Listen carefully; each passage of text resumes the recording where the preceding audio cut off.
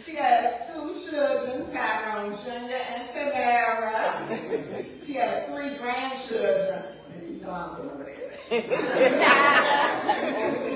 I remember you. Yeah. And also some things I know personally about Tina from working with her, that she loves people. Amen. She's an energetic ball of fire. No matter where she is, work, church, wherever we are, she's the same all the time. I also know that she loves football. Yes. The team that she loves, I think that's called Cowboys.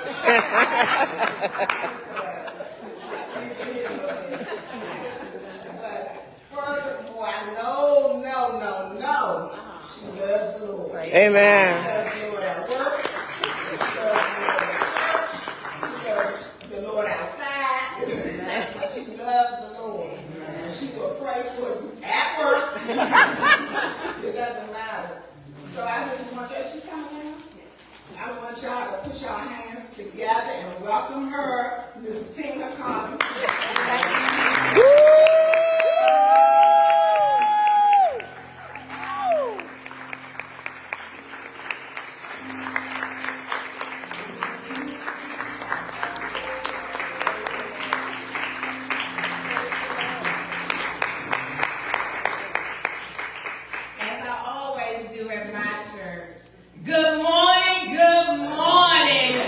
Amen.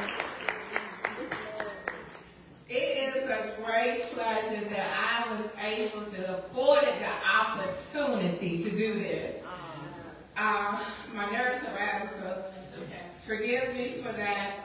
But I want to express my heartfelt gratitude for Jackie Shanklin, my Jack, for considering me worthy of sharing my story. I'm deeply thankful to Pastor Nelson for graciously welcoming me. Amen. And to Maria for her thoughtful correspondence. Well, my journey has begun. December 22nd, that's when I felt a lump under my arm while applying soap while taking a shower. Initially, I thought it might have been some push-ups I had done the night before. As I felt the sharp pain, then assumed that I strained a muscle. I continued my daily routines, but the lump grew larger and became increasingly painful. I had a physical schedule for that January of 2023 and planned to mention it to my doctor. During my appointment, I shared my concerns with my doctor, explaining that I did the push-ups, and it's probably nothing. After explaining this to the doctor, she reassured me, oh, it's probably nothing, it's just the lymph nodes. No, you don't have anything to worry about. So, of course, I'm excited. But we need you to have an ultrasound and a mammogram. I had the ultrasound and the mammogram. The technician came back and went to the radiologist. The radiologist told her that I always had a lump, something that I never knew that I always had, but he said I did. Okay. There's nothing to worry about. And so I was excited. I got in my car, texted my mommy, my sisters, told them everything is good. I don't have no cancer. I'm fine. Well, February 23rd came. 2023 came. I struggled to wear my purse or bra on my right shoulder without discomfort. Anxiety began to creep in, and I prayed earnestly for God to remove the lump.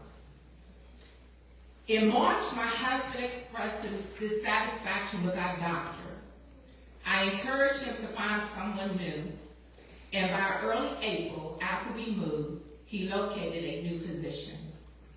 During his appointment in July, I asked the doctor if she was accepting new patients, and she said yes. I scheduled an appointment for the following week.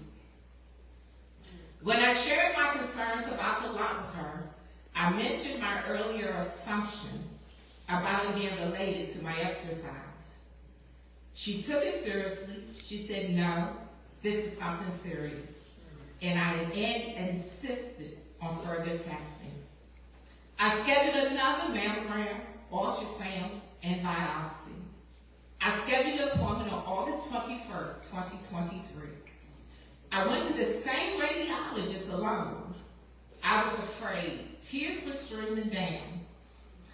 The technician held one hand, and a nurse felt my shoulder during the process.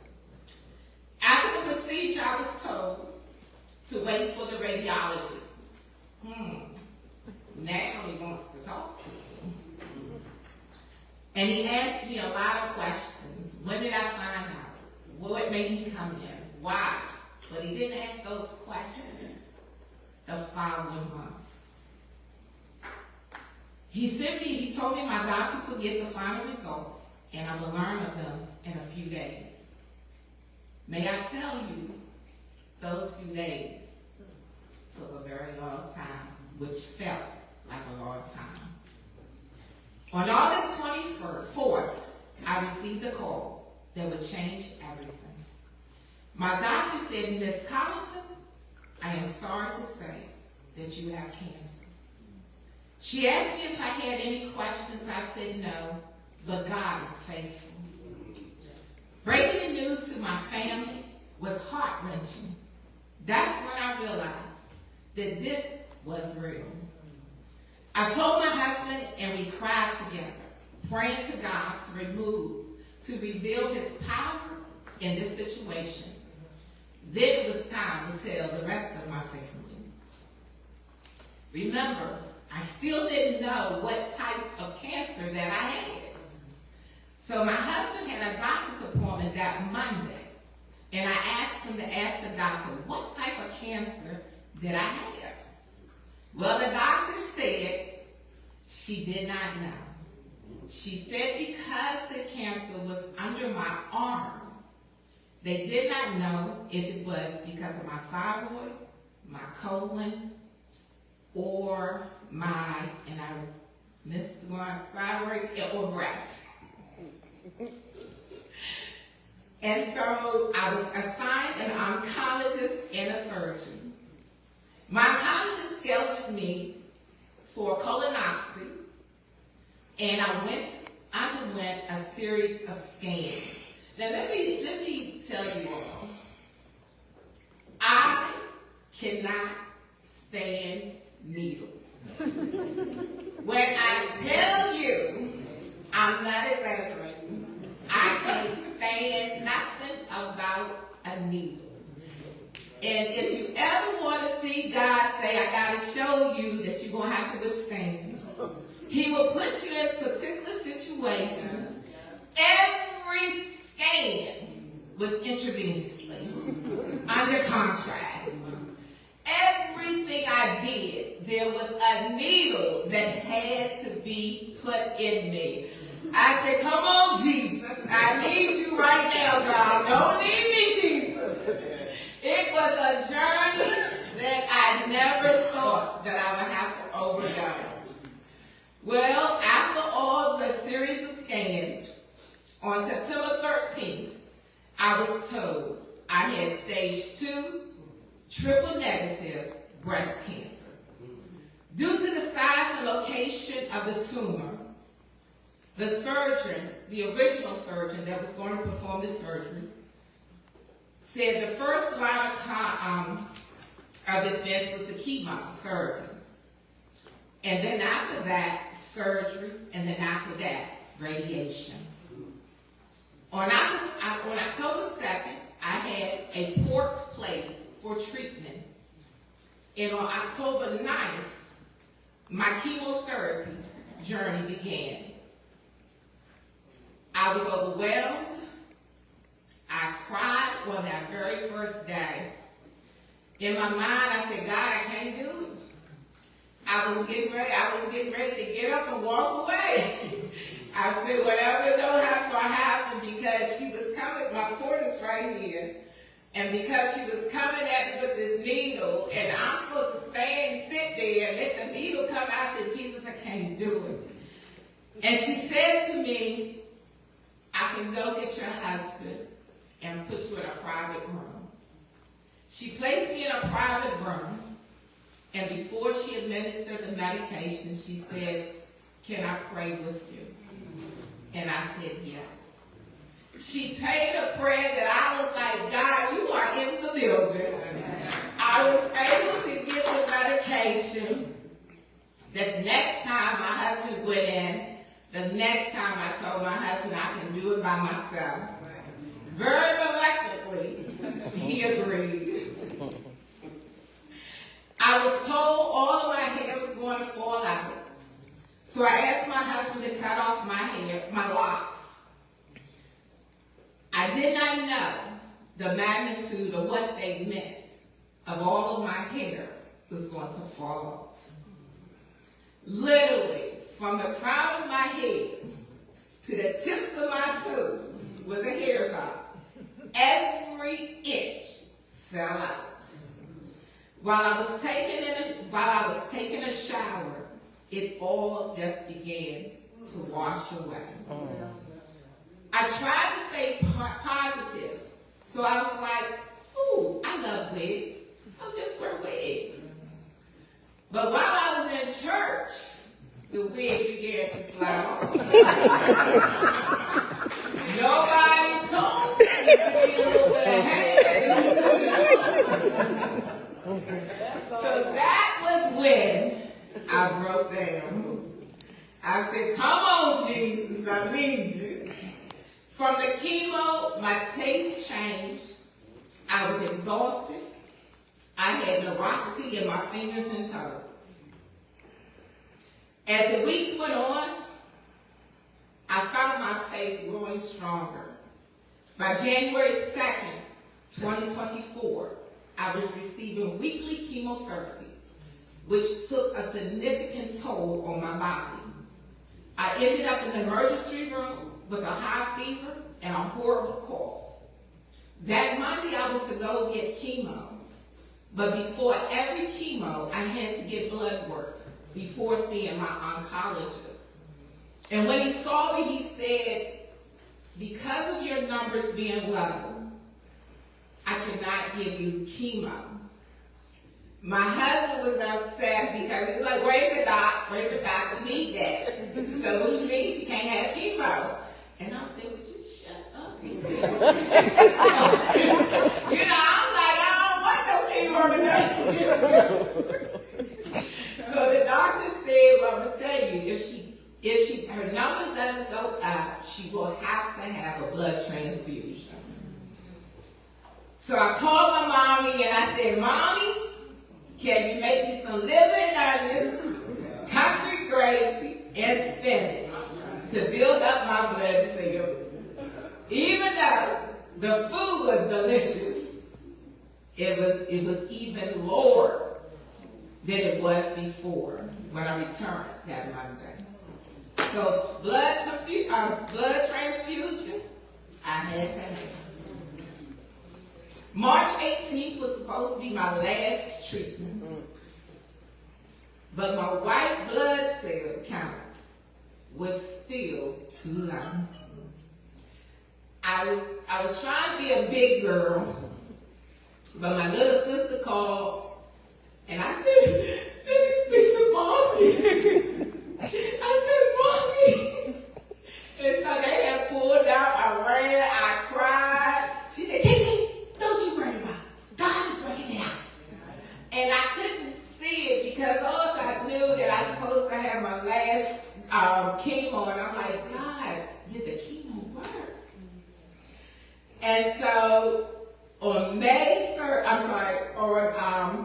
March 26th, the week of Palm Sunday, I rang the bell. Yes, God. Celebrating what I thought would be my final chemotherapy session.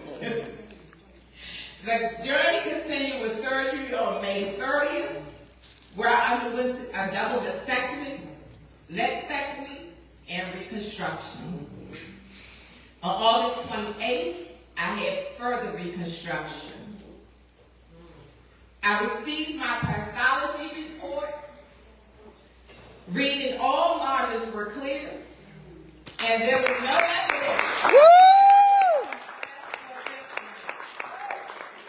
Because they did not find any trace of cancer, I did not have to have radiation.